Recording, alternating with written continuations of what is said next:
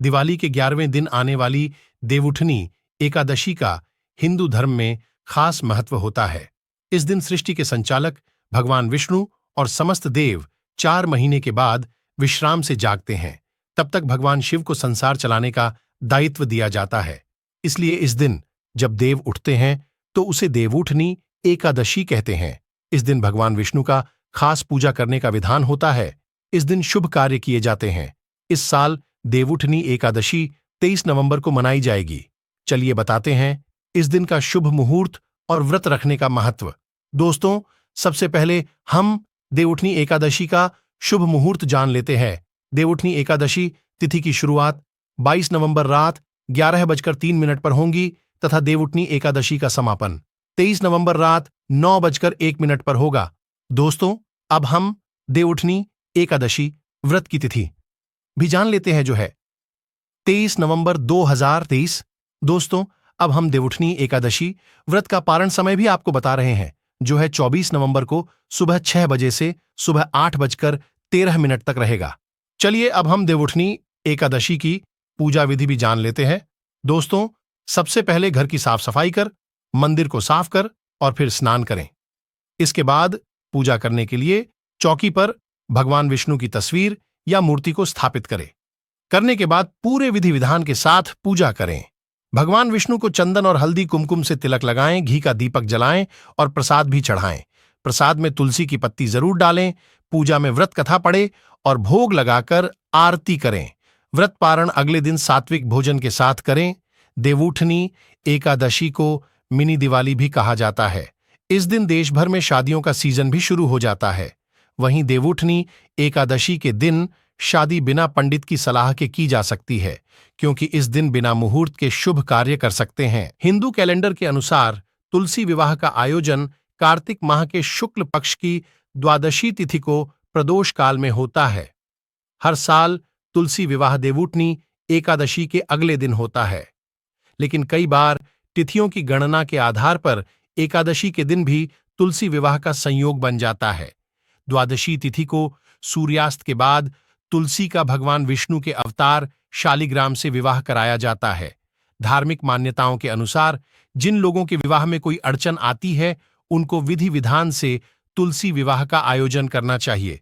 चलिए जानते हैं कि तुलसी विवाह कब है, तुलसी विवाह का शुभ मुहूर्त क्या है, तुलसी विवाह का महत्व क्या है। दोस्तों, वैदिक पंचांग के अनुसार इस साल कार्तिक माह के शुक्ल पक्ष की द्वादशी तिथि की शुरुआत 23 नवंबर को रात 9:01 से हो रही है। ये तिथि 24 नवंबर को शाम 7:06 तक मान्य रहेगी। ऐसे में उदया तिथि और प्रदोष काल के मुहूर्त को देखते हुए तुलसी विवाह 24 नवंबर शुक्रवार को मनाया जाएगा। दोस्तों, अब हम तुलसी विवाह का शुभ मुहूर्त भी जान लेते हैं। हर साल तुलसी विवाह का आयोजन प्रदोष काल में होता है। इस साल तुलसी विवाह के दिन प्रदोष काल शाम 5:25 से प्रारंभ होगा। इस समय से तुलसी विवाह होगा। दोस्तों, आपको बता दें कि इस वर्ष सर्वार्थ सिद्धि समेत 3 शुभ योग में तुलसी विवाह होगा। चलिए जानते हैं इस साल तुलसी विवाह के दिन 3 शुभ योग बन रहे हैं। उस दिन सर्वार्थ सिद्धि योग, अमृत सिद्धि योग और सिद्धि योग बन रहे हैं। तुलसी विवाह सर्वार्थ सिद्धि योग में होगा। तुलसी विवाह के दिन प्रातः काल से सिद्धि योग सुबह 9:05 तक है। तुलसी विवाह वाले दिन अमृत सिद्धि योग सुबह 6:51 से शाम 4:01 तक है। वहीं सर्वार्थ सिद्धि योग पूरे दिन है। 24 नवंबर को रेवती नक्षत्र सुबह से लेकर शाम 4:01 तक है। उसके बाद से अश्विनी नक्षत्र है। दोस्तों, अब हम तुलसी विवाह की पूजन सामग्री भी आपको बता रहे हैं, जिससे आपको सारी चीजें एक साथ पता चल जाए।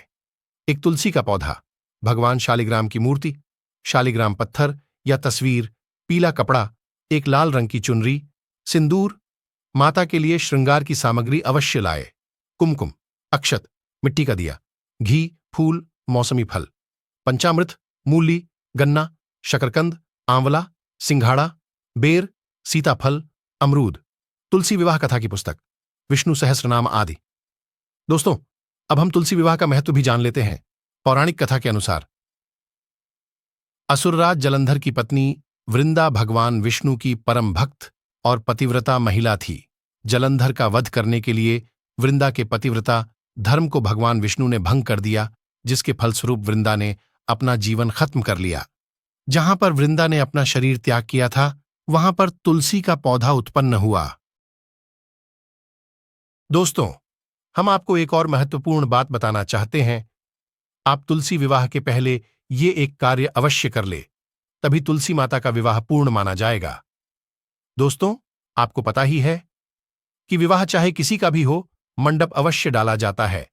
इसलिए दोस्तों, आपको हम बता दें कि तुलसी विवाह के दिन आपको विवाह से पहले ईख मतलब गन्ने से मंडप को तैयार करना है। तुलसी विवाह में ईख का मंडप बहुत शुभ माना जाता है। इसके अलावा आप ईख को प्रसाद के रूप में तुलसी माता को अवश्य चढ़ाए और आप स्वयं भी ईख को व्रत के दौरान फलाहार में ले सकती है। कार्तिक माह होने के कारण ईख का सेवन आपको अवश्य करना चाहिए। तो दोस्तों, ये थी कुछ आवश्यक बातें। दोस्तों, यदि आपको वीडियो अच्छा लगा हो तो वीडियो को लाइक और चैनल को सब्सक्राइब जरूर करिए और कमेंट में जय तुलसी माता अवश्य लिखें।